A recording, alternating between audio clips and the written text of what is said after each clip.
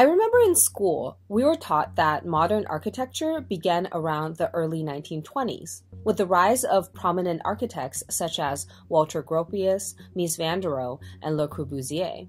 And in a way, the image of their building styles are probably what most people associate with modern architecture: sleek geometric boxes of mostly glass and steel. So for many years, I took this as fact. However, the more I thought about it, the more this seemed questionable. Ongoing developments in technological innovation, changing attitudes of society, and the shifting of architectural theories were gradual processes that didn't always coincide with each other. So, when did modern architecture actually begin? Modernity is a complicated term to define, of course, whether in architecture, art, literature, or philosophy. However, in architecture, many attribute the earliest beginnings of modernization to the Industrial Revolution, which first took place in Britain from the mid-1700s to mid-1800s. The development of large-scale iron production resulted in a large amount of iron making their way into buildings by the late 1700s, which resulted in more efficient structural elements, wider beam spans, better lateral stability, as well as less fire-hazardous structures due to metal being non-combustible. But of course, while buildings during this time used technologically advanced materials for practical reasons, they still looked like traditional buildings, such as being clad in traditional masonry and adhering to classical proportions and visual styles. The building that is commonly accepted by many to be the first example of modern architecture is the Crystal Palace, which was a 990,000 square foot building that hosted London's legendary Great Exhibition of 1851.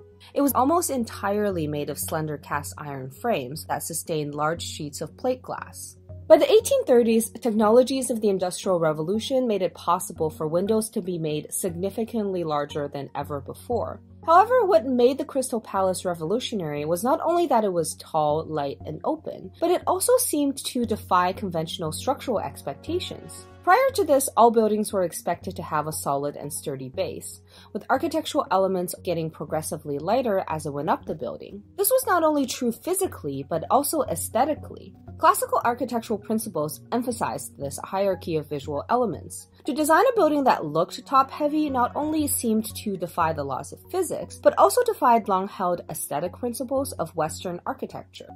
The Home Insurance Building in Chicago, completed in 1885, is often credited as the world's first skyscraper. Many construction projects in Chicago during this time opted to use metal framing as opposed to timber due to the fact that most of Chicago was destroyed during the Great Chicago Fire of 1871.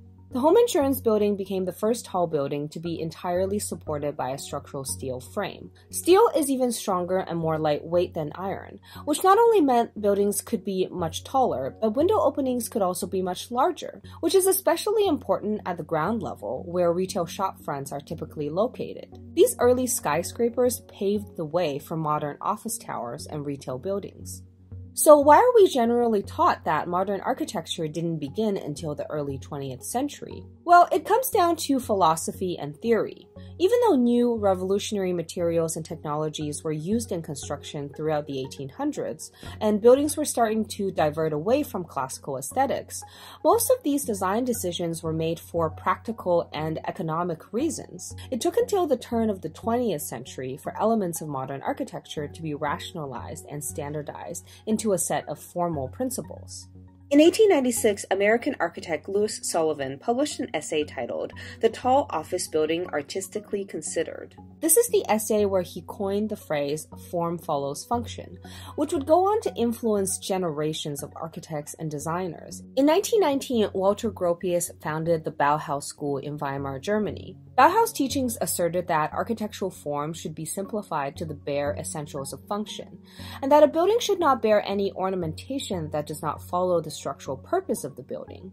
In 1920, Swiss architect Le Corbusier co-founded a journal called L'Esprit Nouveau, which advocated the idea that architectural design should be divorced from historical references and associations. He also introduced urban planning theories, arguing that residential and commercial amenities should be zoned entirely separate from one another. As you've probably noticed, these concepts were pretty radical. While there were significant groups of architects and designers championing these ideas around the world as early as the 1920s and 30s, most of the world was not ready to get on board. Thus, there are some who argue that modern architecture didn't really begin until the 1950s. In the aftermath of World War II, massive reconstruction projects took place all over the world, and due to the unprecedented scale of devastation that occurred, there was a demand for economic construction processes and efficient urban planning methods like never before.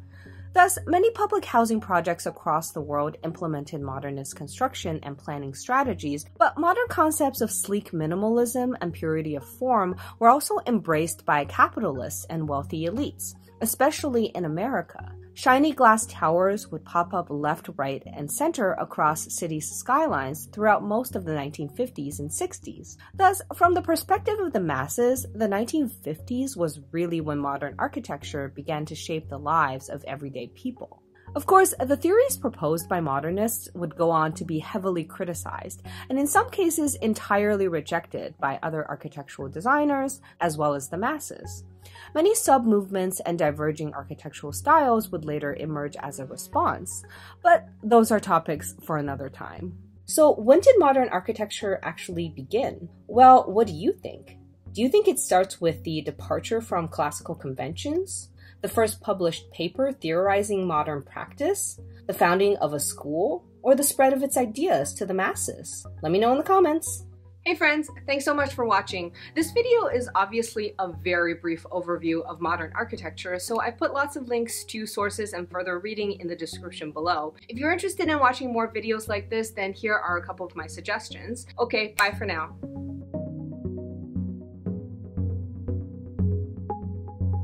This video is obviously a very brief overview of modern architecture, so I put